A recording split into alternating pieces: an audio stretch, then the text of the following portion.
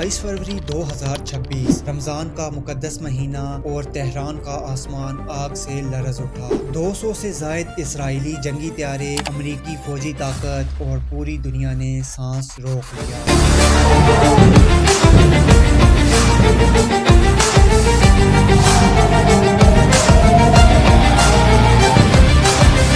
क्या ये तीसरी आलमी जंग का आगाज है या मशरिक़ वस्ता की तारीख का सबसे बड़ा मोड़? ये कहानी सिर्फ एक रात की नहीं, ये कहानी है दहाइयों की दुश्मनी की जो 28 फरवरी 2026 को अपने उरूज पर पहुंची। एक तरफ ईरान जो खुद को इस्लामी दुनिया का मुहाफिज कहता है, दूसरी तरफ इसराइल जो ईरान के जोरी प्रोग्राम को अपनी मौत का परवाना समझता है, और दरमियान में अमेरिका जो इस बार महज तमाशाई नहीं रहा। आज हम इस वाक़े को 3 हिस्सों में समझेंगे। पहला ये कि ये हमला क्यों हुआ, दूसरा हमले के बाद क्या हुआ, और तीसरा और सबसे इम्पोर्टेंट कि अब आगे क्या होने जा रहा है। पस मंजर जानने के लिए हमें जून 2025 में जाना होगा। 13 जून 2025 इसराइल ने पहली बार ईरान पर बराह रास्त फौजी हमला किया। 200 जंगी त्यारों ने ईरान के 100 से जायद फौजी और जोरी ठिकानों को निशाना बनाया और ईरान के सब अहम जोरी मराकज तबाह कर दिए। ये जंग सिर्फ 12 दिन चली, लेकिन इसने ईरान को हिला कर रख दिया।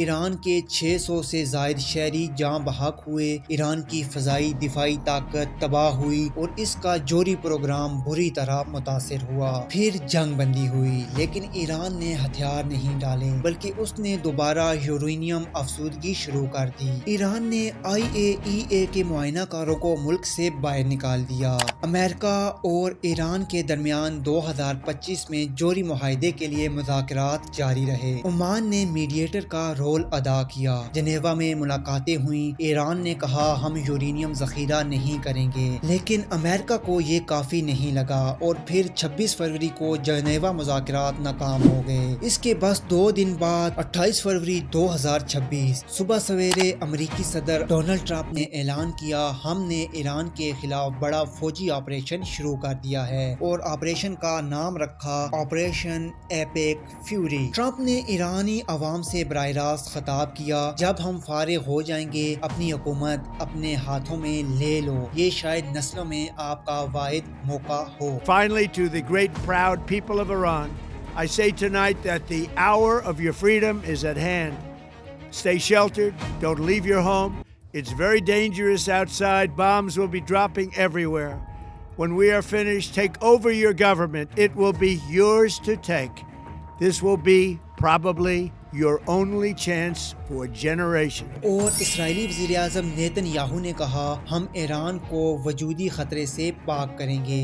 ये ऐलाने जंग नहीं, ये ज़रूरत है। ये हमला महीनों की मनसूबा बंदी का नतीजा था। इसराइली दिफाई ज़राए के मुताबिक तारीख हफ्तों पहले तय कर ली गई थी। 28 फरवरी की सुबह इसराइल ने पहला वार किया। पहला हदफ खामनेई का दफ्तर, दूसरा हदफ ईरान के वज़ीर दिफा की रिहाइश का, तीसरा हदफ इनकलाबी गार्ड का मरकजी हेड क्वार्टर, चौथा हदफ कुद्स फोर्स का कमांडिंग सेंटर। इसराइली फौज ने बताया कि मगरबी और वस्ती ईरान में 30 से ज्यादा मकामात पर हमले हुए। फिजाई दिफाई निजाम, मिसाइल लॉन्चर्स और फौजी कमांड सेंटर सब निशाने पर थे। फिर वो खबर आई जिसने पूरी दुनिया को हिला कर रख दिया। ईरान के सुप्रीम लीडर आयतुल्लाह खामनेई जो 86 साल के थे, इसराइली फिजाई हमले में हलाक हो गए। उनकी बेटी और पोते भी जहां बाग हुए। इनकलाबी गार्ड के सरबराह जनरल मोहम्मद पाक और ईरान के वजीर दिफा और सिक्योरिटी काउंसिल के सेक्रेटरी अली शिमखानी भी मारे गए। ईरान की खुफिया एजेंसी CIA ने तस्दीक की कि खामनेई जिंदा नहीं रहे। तेहरान की सड़कों पर कुछ लोग रो रहे थे और कुछ खुशी मना रहे थे।